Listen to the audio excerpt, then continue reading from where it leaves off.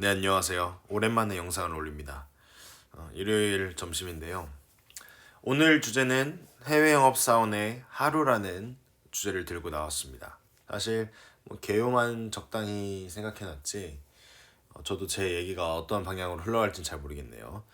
제가 코로나 이전에는 저도 마찬가지로 취준생이었기 때문에 이전 선배들이 가져왔던 그런 데일리 업무 패턴이라든지 이런 건 저도 경험을 해봐야 될 것 같아요. 해외 출장도 아직 제대로 나가본 적이 없기 때문에. 하지만 이제 1년 차가 되면서 지금 코로나 시대에 제가 어떻게 업무를 보고 있는지 해외 영업 그런 업무 패턴 사실 별게 없지만 이와 함께 이제 한 1년 차가 됐는데 아직은 제가 정말 경험한 것도 많지 않고 모르는 게 정말 많지만 나름 1년 동안 회사를 다니면서 제 느낀 제 업무나 회사 등에 대한 고민을 한번 다뤄볼까 합니다. 충분히 필요할 것 같아요. 왜냐면 저도 해외 영업 뭐 대기업 무역 상사를 대학교 다닐 때 몇 년 동안 계속 꿈꿔오고 그를 추진해 왔지만 돌이켜 생각해 보니 제가 그에 대한 확실한 아주 자세하고 심도 깊은 물음이 있었는가? 내가 왜 이 직무를 해야 되는가? 그런 게 좀 부족했던 것 같아요. 그러다 보니 좀 몇 가지 문제가 생겨서 이건 한번 다뤄볼까 합니다. 일단 데일리 워크 어떻게 가는지에 대해서 먼저 알아보고 업무치 제가 느낄 때 좀 어려운 점도 한번 말씀드려보자요. 이건 무조건 회사마다 좀 다르긴 하겠지만 얼추 비슷할 수 있을 것 같아요. 그 다음에 해외업 직무에 대한 저의 고민에 대해서도 한번 알아보겠습니다. 우선적으로 8시 20분까지 출근을 해요. 저 같은 경우에는 이제 제 담당 시장은 보통 중동 쪽이거든요. 따라서 5시간 시차가 있습니다. 사우디 같은 경우는 6시간 정도가 있어요. 그러면 제가 퇴근하고 난 다음에는 얘네들이 메일을 뭐 한밤중에 계속 보냈겠죠. 자, 그럼 메일이 이제 와 있습니다. 그럼 메일을 한번 하나씩 읽어봅니다. 그러면서 이제 아웃룩으로 진행을 하는데 메일을 각각 정리를 하겠죠. 프로젝트 건마다 이 해당 메일 이제 한번 봅니다. 뭐 여러 가지가 있어요. 보통은 뭐 기술 승인라는 내용도 있어요. 왜냐면 저희 회사 제품에 대한 그런 프로젝트에 있어서 이게 생산을 하기 전에 또 수주를 한 뭐라고 표현해야겠죠? 수준했어요. 수준했는데 또 생산 들어가기 전까지 각각의 프로젝트마다 상황이 다르기 때문에 제품 그런 스펙이라든지 뭐 스펙은 비슷할 수 있겠지만 그런 조건이 좀 달라질 수 있겠죠. 계산서나 그렇기 때문에 이 기술 승인이 필요한데 이게 상당히 오래 걸립니다. 뭐 짧으면 반년, 길면 진짜 막 1년 넘게 간 것도 많이 봤어요. 1년 이상으로. 이게 상당히 골치가 아파요. 왜냐면 기술 승인이 들어오면 영업이 해결하는 게 아니라 영업은 해결을 못 합니다. 고객이 요청을 하면 우리는 그냥 또 엔지니어링한테 부탁을 해야 돼요. 개발팀이나. 이 사이에서 커뮤니케이션을 해야 되는데 이게 좀 은근히 귀찮죠. 직방으로 했으면 좋겠는데 회사 시스템이 또 영업을 거치도록 되어 있습니다. 참 이런 비효율성. 하긴 근데 만약에 이렇게 되면 영업 필요가 없겠죠. 그래서 약간 가끔씩 B2B 기술 영업이라고 해야 되겠죠. 이런 영업을 하다 보면 좀 현타가 많이 옵니다. 저 같은 경우에는 문과생인데 아직도 많이 모르거든요. 저희 회사 제품에 대해서 너무 어렵습니다. 그런 식도 알 수가 없고 이공계적인. 그렇기 때문에 여기로부터 오는 좀 힘듦이 좀 있는 것 같아요. 뭐 여하튼 자 그러면 8시 20분에 와서 메일 정리를 합니다. 한 진짜 재수 없으면 뭐 예를 들어서 휴가를 갔다 왔다. 그럼 진짜 많이 쌓이겠죠. 근데 요즘엔 좀 그렇게 많이 안 쌓여요. 요즘에는 좀 일이 별로 없습니다. 그러다 보면 뭐 금방 짧으면 한 9시 반 정도까지는 메일 정리가 완벽히 됩니다.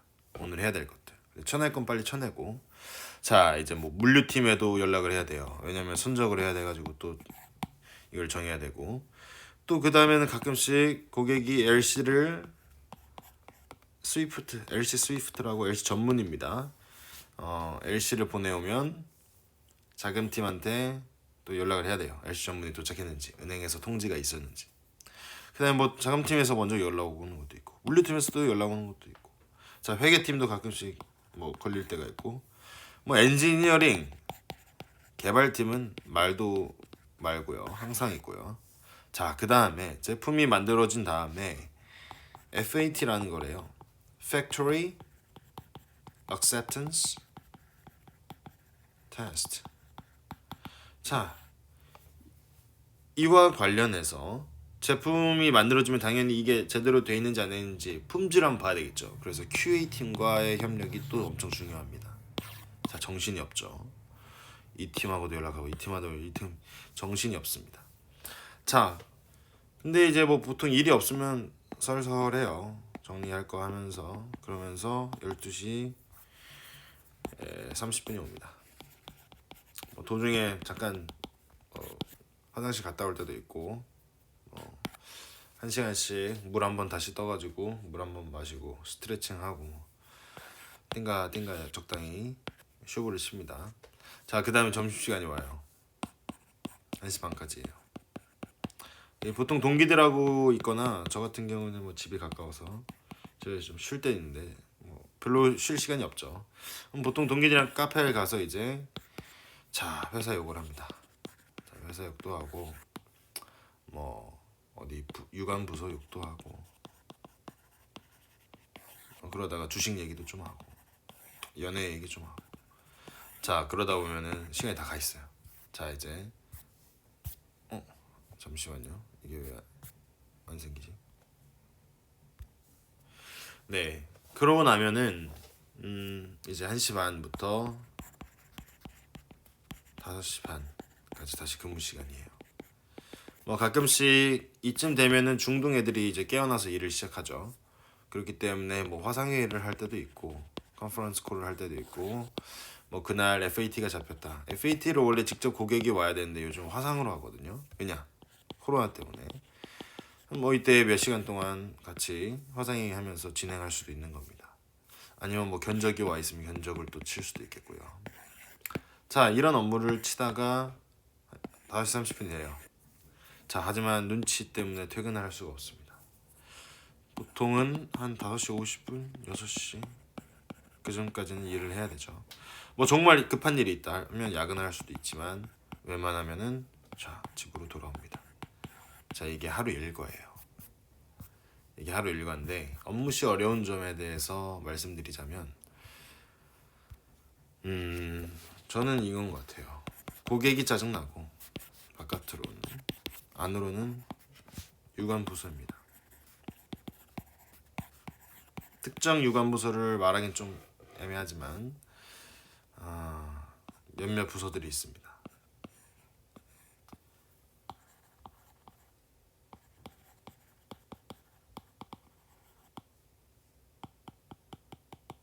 그다음에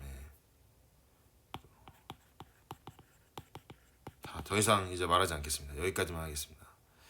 이건 없애버릴게요. 하여튼 얘네가 진짜 문제입니다. 왜냐면 회사를 다니다 보면 제가 느낀 거는 물론 회사마다 다를 수 있겠지만 대체적으로는 얘기 들어보면 비슷한 것 같아요. 결국 부서 이기주의가 엄청 심합니다. 개인 이기주의도 있지만 부서 이기주의. 일을 안 해요. 무슨 말이냐면 영업은 모든 일을 총괄해야 됩니다. 이게 입찰이 나왔을 때부터 이걸 수주하기까지 또 영업이 엄청 뭐 엔지니어링과 개발팀하고도 함께 얘기를 해야 되고요. 시공팀하고도 얘기를 해야 되고요. 엄청 다양한 커뮤니케이션이 이루어져요. 그 다음에 가격을 쳐서 결국에 수주가 됐다 해도 문제인 게 기술 승인도 해야 되고 또 이걸 선적하려면 보내야 되고 자 그 다음에 뭐 세부적인 그런 PO라고 하죠. 계약서를 만들 때도 또 다른 유관 부서들하고 협력이 많이 필요하고 또 이게 생산 들어가면 또 생산팀하고도 필요하고 그 다음에 이제 나중에 시공팀하고도 이게 계속 영업이 모든 거를 매니지먼트 해야 됩니다. 자 그러다 보면 각 부서들이 원할 때 딱딱딱딱 자료를 주곤 해야 되는데 안 그런 데가 엄청 많아요. 도대체 얘네가 공무원 비하하는 건 아니지만 공무원인지 회사 사기업인지 아리까리할 정도로 그런 사람들이 많습니다. 자, 어떻게 되냐? 잘 이끌어야 되겠죠. 그래서 영업한테 중요한 게 바로 커뮤니케이션이라는 겁니다. 단순히 요청할 뿐만 아니라 그 사람들로 어떻게든 뭐 직접 만나서 회식을 갖든 뭘 하든 관계를 잘 쌓아야 되겠죠. 저도 이거를 연습하고 있지만 정말 힘든 부분이 많습니다. 그래서 제 사실 고객이 짜증나는 것도 있어요. 고객이 뭐 밤늦게 연락 온다던가 뭐 되지도 않는 계속 달라고 하던가 그런 경우도 있지만 저의 스트레스의 주범은 제가 보기에 고객 35, 40에서 유관부서, 사내 유관부서와의 그 갈등이 거의 60%에서 65%한 이 정도 되는 것 같습니다. 이게 저의 업무 시에 좀 힘든 점이에요. 그 다음에 뭐 진짜 귀찮게 하는 부서들도 많거든요. 뭐 맨날 보고자료 달라. 이 보고 참 문제가 많습니다. 자, 그 다음에 해외 영업 직무에 대한 저의 고민을 한번 이제 말씀드릴게요. 네, 해외 영업 직무가 제가 생각했을 때는 엄청 멋있어 보였어요.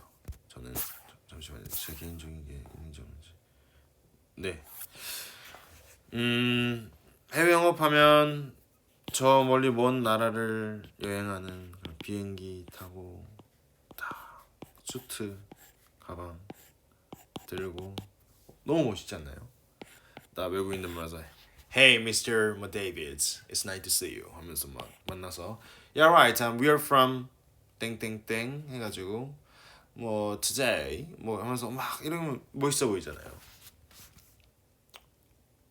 중국 고객들 만나면 또 막 웨니하오 뭐 리거 하면서 막 이러면은 뭔가 멋있어 보이고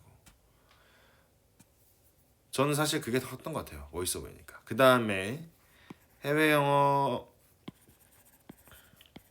하면은 뭐 해외 출장, 그다음에 뭐 어학, 그다음에 또 한편으로는 제가 나중에 사업을 할 수도 있을 것 같고 이렇게 말이 더듬네요. 제가 예전에는 사업을 해야 되겠다는 생각도 아주 컸기 때문에 이 경험을 쌓아보자. 그럼 여기에는 해외 영업이 최고다. 여러 가지 생각이 있었어요.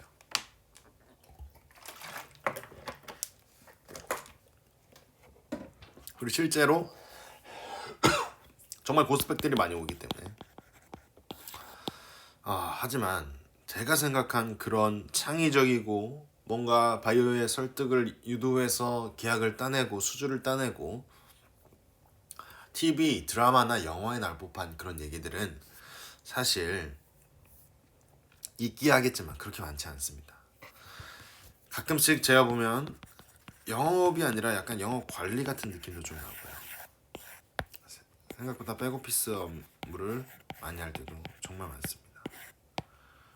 그리고 대부분의 회사들 보면 해외 영업이 숫자가 그렇게 크지가 않아요. 그럴 거예요. 특히 제조업이든 무역 상사 뭐 다들 해외 영업 사원이겠지만 대부분이 그렇게 티오가 많지 않습니다. 그 이유는 반대로 생각해 보세요. 회사가 외국에 팔 물건들은 많아요. 이렇게 있는데 항상 이 정도 티오만 뽑는다.